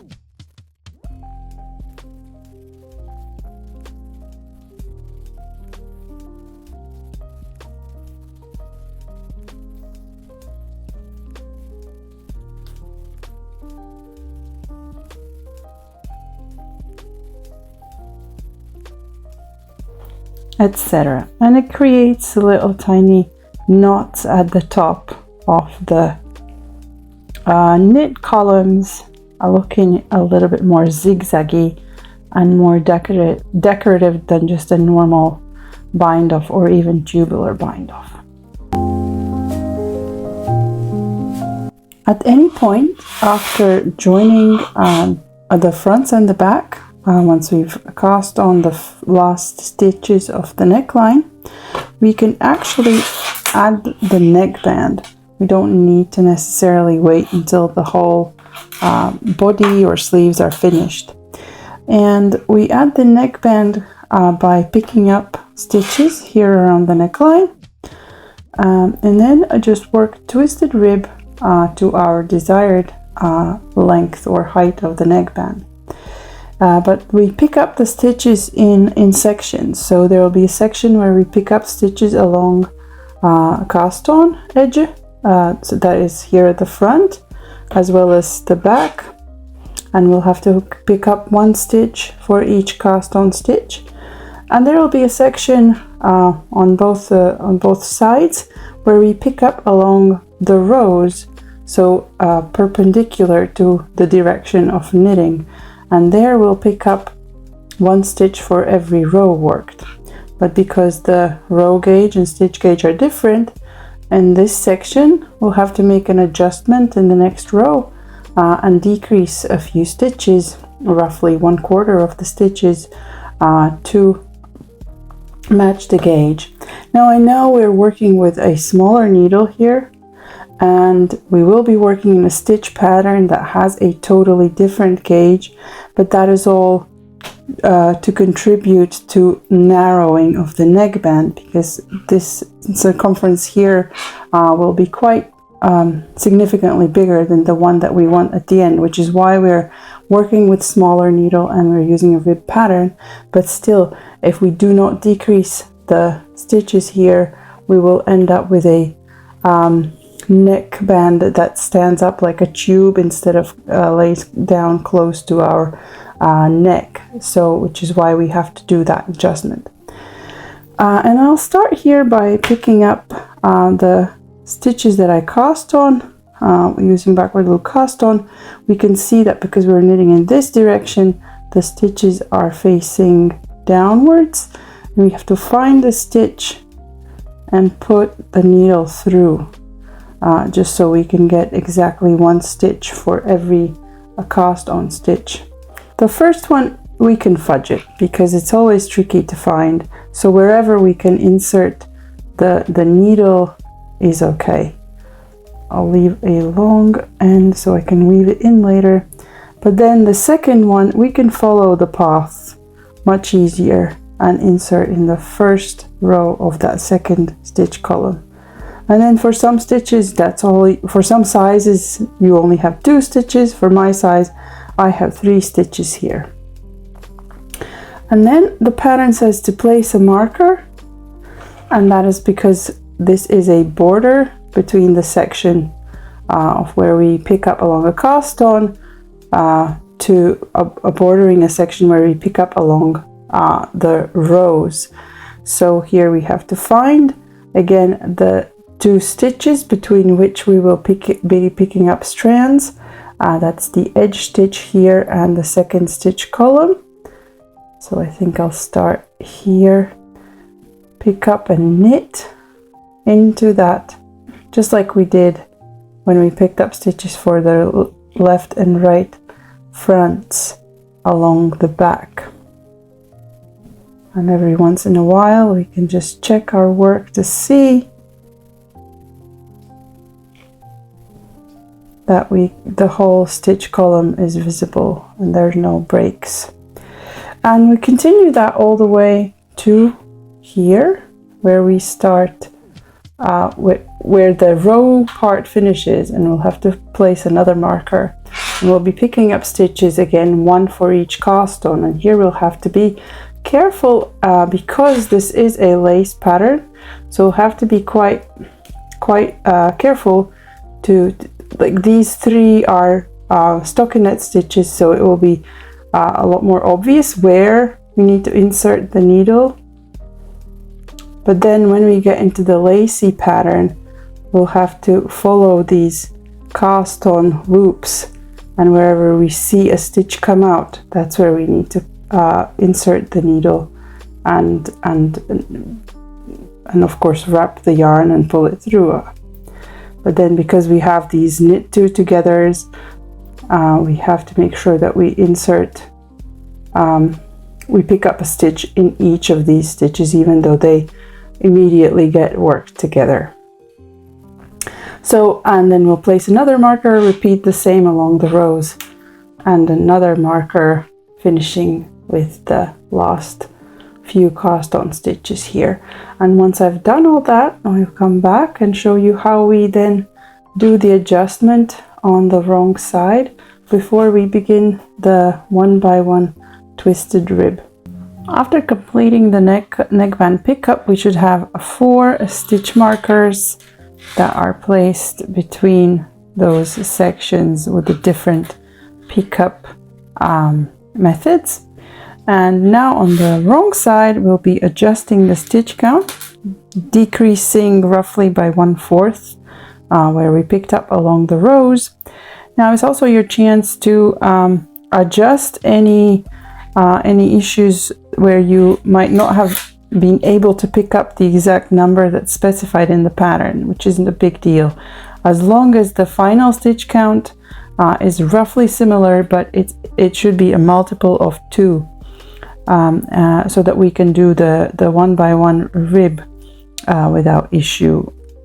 So the first few stitches to the first marker, we simply purl here.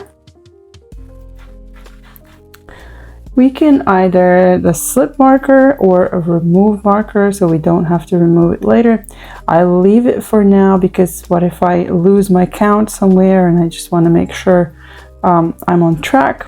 I'll leave the marker in for now, but on the next round we need to remove it anyway. And so then we'll reduce one of every 4 stitches, and that section is size specific in the pattern, because not all sizes have number of stitches here that are multiples of 4. So we usually start with purling 2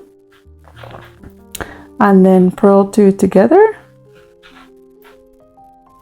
and we'll repeat that all the way to the next marker. So there it'll either end with a purl 2 together or with just purling 2, depending on the size, but roughly it's the same. So we'll purl 2 stitches and purl 2 stitches together, and we'll do that to the second marker, and then we hit the back section where we already have a good proportion of stitches there, so we'll just purl across there and finally repeat the same reduction of stitches on the other side, so they're symmetrical. And we'll try to make sure that the stitch counts here are the same as on the other side. And after that we'll have a lot less stitches to work, and we can start the 1x1 twisted rib and work that to our desired height. Now it's time to add the sleeve, or should I say continue the sleeve, because part of the sleeve's already there. I have already transferred all the stitches that were on waste yarn onto the larger needle, and we will start by joining the yarn and picking up stitches here at the center of the underarm. And for each size there will be specified a number of stitches that you need to get from the center of the underarm. So I know the purl stitch was the first stitch that we knit when we knit in the downward direction. Now that means that the first stitch that we'll pick up will be the one next to the purl stitch, and we'll try and insert the needle through the stitches, the first row of the cast on, and that should be, in my case, 6. So I'll just double check. That's what the pattern says for size 2. 1 2 3 4 5 6. Yes, and that's when I run out of cast on stitches, because the next column is already an existing stitch. So I will go ahead and pick up and knit those stitches by inserting the needle through that stitch and wrapping the yarn around, pulling through, leaving a bit longer tail so I can weave in at the end. So 1 2, it's a bit tricky, 2,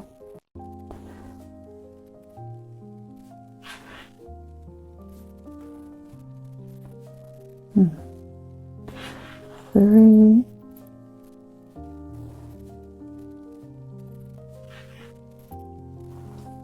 4, 5, and 6. So if I now went and joined and continued working the live stitches, I'll end up with a huge hole here where in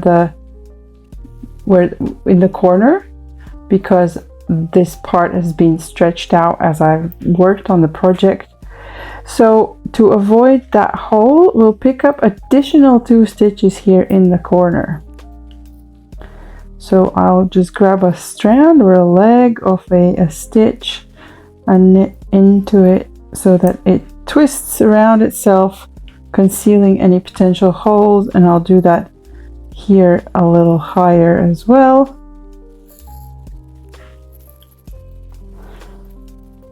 And now I'm fairly confident that whatever hole there is will not be any bigger than the yarn overs that we've got going on here, so it's all forgivable. And then we carry on with the live stitches, and this is another place where in the pattern it will tell you which chart stitch to start with. For my size it's 7, and it works out because I do have only 6 stitches in the repeat before the next repeat starts, and it will be the row that we did at the time of separating the sleeves, because we worked the body and we put the sleeve stitches on hold without working them. So we now need to work that row that we did when we separated. I believe the pattern said to make a note of that row. For me, that is row 13. For other sizes, it will be a different row. And so here I go, and I complete this pattern repeat across row 13. And I will do that all the way to the other end of the existing sleeve stitches, where I'll encounter another corner where I'll pick up 2 extra stitches here to avoid that hole, and then complete the there should be just as many stitches here at the underarm as we had at the start, and we can then join the work in round by placing a beginning of round marker. Now once we've done that, we'll have to now start following the chart from the not from the first stitch, because the first stitch will again be a fake purl seam, something to guide us, something to break up the pattern when we have the sleeve decreases, so that the patterns, the sides don't crash into each other. The purl seam will act as the divider, just like we had for the waist shaping in the body if you did that. So there's a fake purl seam, and then you can do the decreases and it acts as a break. So the first stitch after the beginning of round marker, this one here, will be a purl stitch. It doesn't perfectly align with the purl stitch in the body. It's offset by 1, and for simplicity I've left it at that, as that. If that bothers you, you can start following the chart with the first stitch and simply purl the last stitch that you will pick up here, and then you'll have perfect alignment, but you will have to adjust the starting stitch because the pattern assumes you are you don't mind what happens at the very deep in your underarm.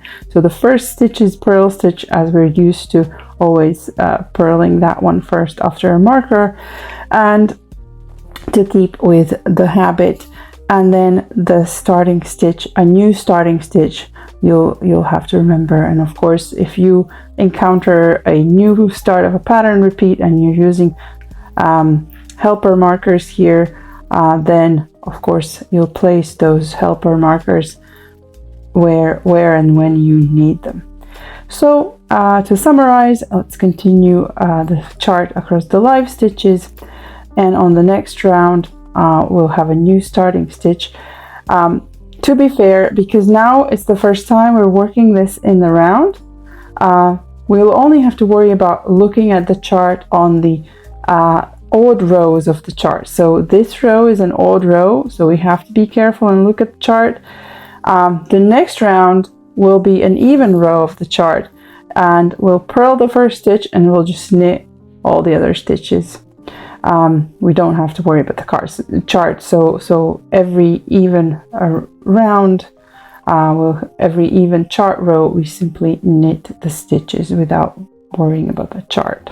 Yes, and when we get to the decreases, we follow the same manner as we did for waist shaping. So if you didn't do the waist shaping option and you need some guidance on how to do that, feel free to watch the video that was in relation to the waist shaping for the body, because it will be pretty much the same for the sleeve as well.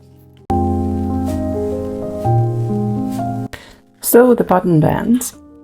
It's probably wise to start with the button band that doesn't have any buttonholes. That way you will see what it will look like, and you will have a easier time to try on various buttons until you make a decision which ones you'd like to use. And it's also, if you already have the buttons, you can sort of visually place them roughly around where they should sit, so that you know where you'll need to put the buttonholes in on the other button band. Just to quickly go over the setup of the button bands. Here we picked up stitches along the opening edges of the fronts, in the same way we have been picking up stitches for the neckline, for the neckband, and for the sleeve. But this time we didn't do any adjustment because we don't want the opening to gather. We want it to lay flat. So because we're already using a lot smaller needle, and this is a ribbing pattern, that will offset the stitch and row gauge difference here. So to get it to lay flat, we pick up a stitch for every row, and we carry on with the same stitch count. All that matters is that it is an even number of stitches, because the 1 by 1 rib is a 2-stitch repeat, and that both sides have the same stitch counts for the ribbing to align perfectly. Now, to be very precise on when you want to place these stitch markers to where you want the buttonholes to be, you have to be sure how many stitches you will be using for each buttonhole. The buttonhole that is used in this pattern is a yarn over buttonhole that takes up 2 stitches. So here, wherever I've placed my locking stitch marker, I have placed it across 2 stitches. Because I will be doing a yarn over and knit 2 together, my first stitch of that pair should be a purl stitch, because I want that knit 2 together to align with a knit stitch that will certainly look better than if I knit 2 together, or I would have to purl 2 together if the second stitch was a purl stitch for it to be in pattern. So that said, that works for these kind of small buttons. If you are planning on using bigger buttons, then a yarn over buttonhole might not be the right choice, because it might not fit through. I mean, this is a lace pattern. We can maybe already try if the button goes through a yarn over, and we can see that it does. You can do the same. Mind you, the buttonhole will not be as loose as the yarn overs here in the lace section, because there's this really unstable fabric due to the number of yarn overs used, but it's roughly, it will give you a good idea. When you know how many stitches your buttonhole will take, for example, a 1-row buttonhole, I have videos on that as well. It can take 2, 3, 4, even 5 stitches, and it will be sitting vertically like that. That was very, very good for bigger buttons. And that's an important aspect that we need to know in order to precisely calculate where to space these, where to place these markers so that it's as evenly spaced out as possible. So my total stitch count here happens to be 154, which is a very unfriendly number, and I've got 8 buttons. So the way I've gone about it is we place where we want the first button to be. I want it to sit it roughly in the center of the neckband, so align with that. And so I have sort of 2 options to make sure I start with the purl stitch. It would either be here or here, and then I have experience that I like there to be at the top near the neck, not to have a a big buffer here so that it doesn't sort of fall or flap backwards, but it stays put. So closer is my preference, closer to the top is my preference. But if you have bigger buttons, then maybe you need to place them lower down. And then I do the same with the bottom one. Again, roughly align it with the center of the hem here to ensure, and also ensure that the first one is the purl stitch. And then we take the remaining stitches that are across between those two markers, and knowing that I have 8 buttons to place, I will need 7 sections, 7 as equal as possible sections. So the remaining number for me between those two edge buttonhole markers was 134. And I unfortunately it doesn't divide easily by 7, so I had to space them out in slightly smaller intervals at the top here, and then slightly bigger ones at the bottom, just to get them as even as possible.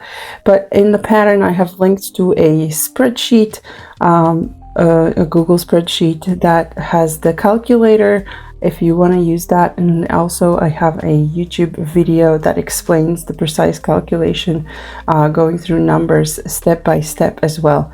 But yeah, so that's the first step that we have to do.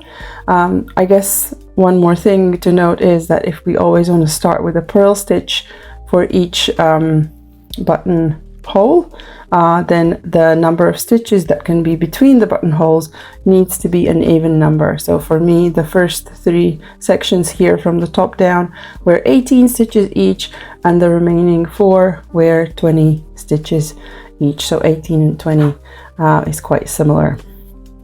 And once we've placed those buttonhole markers and we are halfway through the width of the button band, we can go ahead and make a buttonhole. And it's a very, very simple buttonhole. It's probably the simplest one.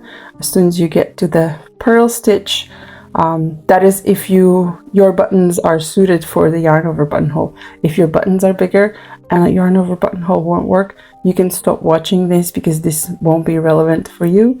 But if you are following the pattern and using the smaller buttons, then as soon as you get to the marker with the first purl stitch, you'll do a yarn over and knit 2 together and carry on the rib pattern to the next buttonhole marker, which should be a purl stitch again. Here we go, another yarn over and knit 2 together, and all the way to the top. And then we carry on as established to the same height as the other button band so that they lay over each other and bind off in the same way. And you could either sew on the buttons before blocking so that while you're blocking it's all buttoned up and blocks perfectly. I will not be doing that because I can't wait to block it. So I won't have the patience to attach the buttons, and I'll do that at the very last minute. I just really want to see how this lace blocks out. But if you want to be super precise and pedantic, you can attach the buttons first before blocking. A stitch fiddle file that looks something like this. It's the same chart, but with also the wrong side rows included, that you could copy and multiply to make your own charted section, or completely chart out a section such as the back for your size. The reason why I haven't done that for you is because the charts are different for the back, for 4 different parts of the yoke across 9 different sizes. So if I was to do that for every size in every section, I'd have to do 45 different charts, and that pattern would be more like a book than a pattern.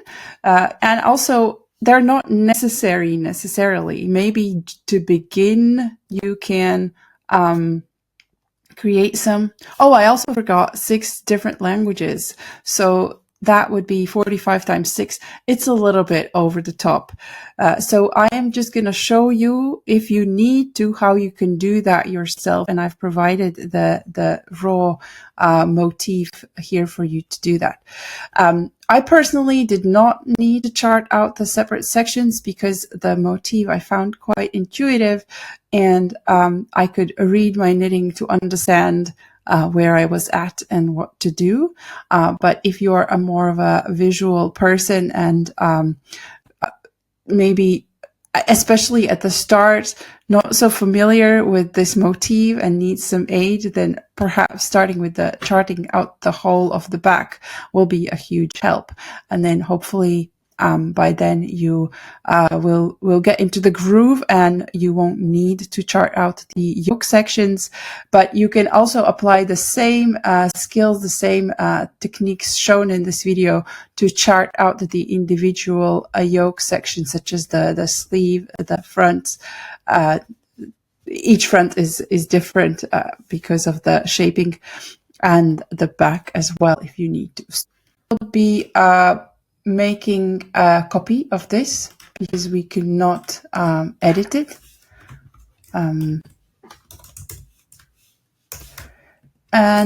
once we have a copy, we will be able to do whatever is needed to do. So first we'll select the edit tool and we'll select the first 12 columns of the chart and copy them. So what I did, I selected the select tool and then with my mouse selected the full length and the first 12 columns and click the right mouse button to get to the menu, and I can click copy and then click anywhere on the first column heading and you can paste, insert, right, and we do that many times. Oops, that's not what I meant to do. Many times we should be able to fit the number of stitches that we cast on for the back and then some. So I recommend adding quite a lot of extra. We can always delete them. I keep doing the wrong thing. No, again, paste, insert, right is what I'm after. And we will also need more, we can get rid of these because they are just a repeat of the first two. So delete them. And we'll also need to use the edit tool to place the cables back in where the no stitch squares appear. And I need the right leaning cable here. And I will also copy the whole thing and paste, insert above a few times. So, nope, paste, insert above. So there we go. I have a repeating motif here. And for quite a lot of the sizes, we start with a partial repeat. And it's not very helpful to see that these black lines, they are misleading because they're actually denoting where half repeat ends. So for that reason, I'll add another color. So we'll add a red color here, and we will use the line tool to draw in the actual pattern repeat borders. So each pattern repeat is 12 stitches. And it goes through that top cable there.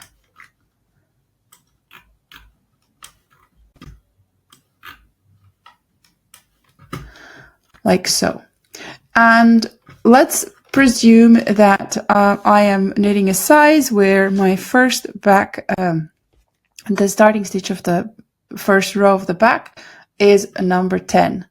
I will select another color, let's say blue, to act as the delineating line to where I will actually start to follow the chart, and anything outside of that line will just be no stitches. The stitches don't exist until they're added in later through increases. So it's easy to see the 10th stitch here on the first repeat, but because I know that I will be increasing quite a few here, I'll jump to the second repeat and I'll have to find that 10th stitch manually by counting, because these are the numbering here just goes up and up and up, irrespective of what the chart repeat does. So this is where the 10th stitch will be. So 1, 2, 3, 4, 5, 6, 7, 8, 9, 10. So that's my starting stitch for the first row. For your size, it might be stitch number 5 or stitch number 1, and you draw your line before that stitch. That's the first one. What else happens in the first row is we increase a stitch just before then that we don't work in the chart pattern yet, but for the next row, it's there, and we need to include that in the charted area. In the row 2, we again increase a stitch, which will be part of the charted area next time. In row 3, again, we increase a stitch, which will be part of the charted area in row 4. In row 4, we don't increase. So that's the last row of that 4-row repeat where we don't increase. So we need to the charted area remains the same. So this is basically what keeps happening. Across all the four rows. So these 4 rows is the explanation of the increases, and then we repeat it as many times as the pattern says to get to the stitch count that we need, or as many times as the pattern says to repeat it.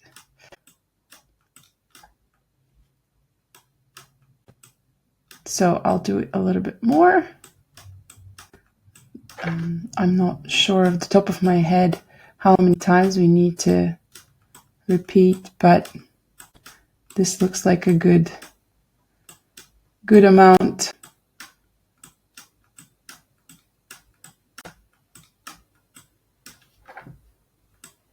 Right, so let's say that for a very small size, this will be enough shoulder stitches to increase.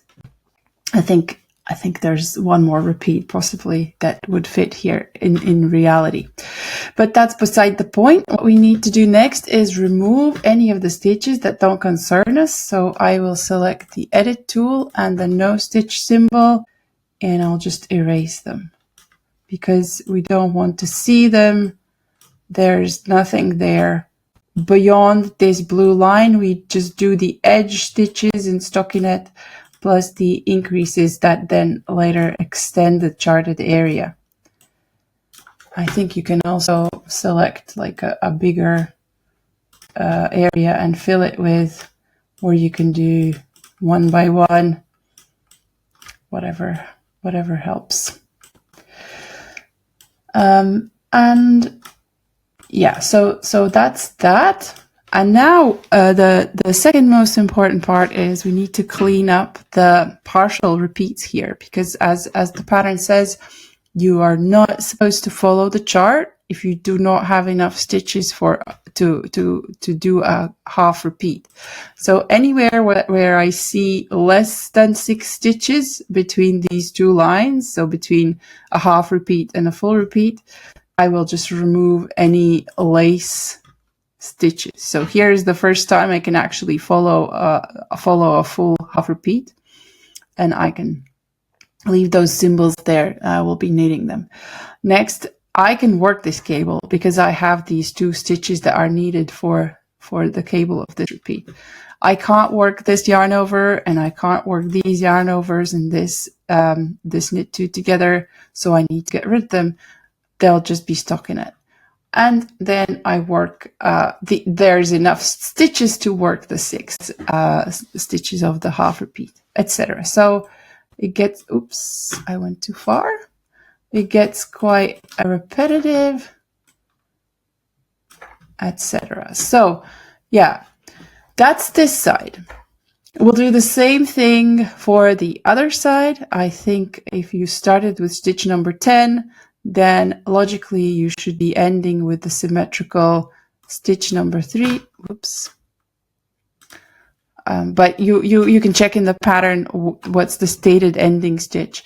And the zigzag step will go up in the same cadence for this other side as well. So we increase every 3 out of 4 rows. Why can't I draw a line here? There we go.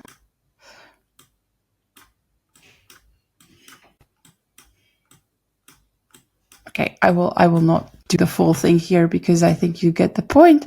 And again, anything that sits outside gets discarded as not needed and distracting.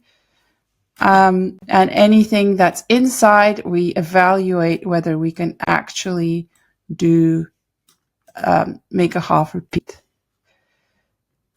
Okay, so let me just get my knit stitch tool.